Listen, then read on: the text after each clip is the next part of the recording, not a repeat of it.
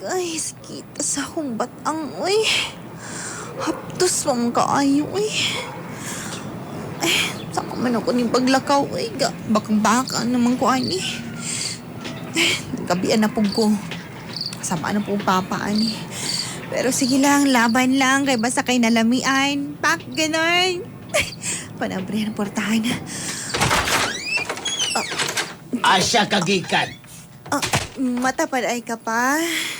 May gabi Permente pa. na nimo ni ginabuhat nga gabi na kay kamo uli. Dili man. Do ka adlaw pa man ko late nga. Muli pa. Nag-eskwela ka o nag-igat-igat kang babayhana ka? Ha? Grabe pa na igat-igat pa, uy. Nami project nga tiwas sa akong classmate. Project? Oo. Basig. Moabot ang panahon sa imong ginaingon nga project. Moabot ang panahon, mabuntisan na ka. O di nakakahuman sa imong pagtuon. Advance mo kay ka pa, uy. Ikaw pa ba? Mura mong pagkagula ka uyab-uyab sa una nga. Ka-chick boy pud gani nimo noon nya. Dapat makasabot ka ay na. Lahi na ba yung henerasyon karon? Ayaw ikumpara ang panahon namo kaniadto og panahon ninyo karon. Pagkawi batasan nimong babayhana ka. Sorry pa, sorry. Sorry? Ha? Mo ni ibaws nimo? Pero Sa imong mga ginikanan mo ni ibaws nimo? Ha?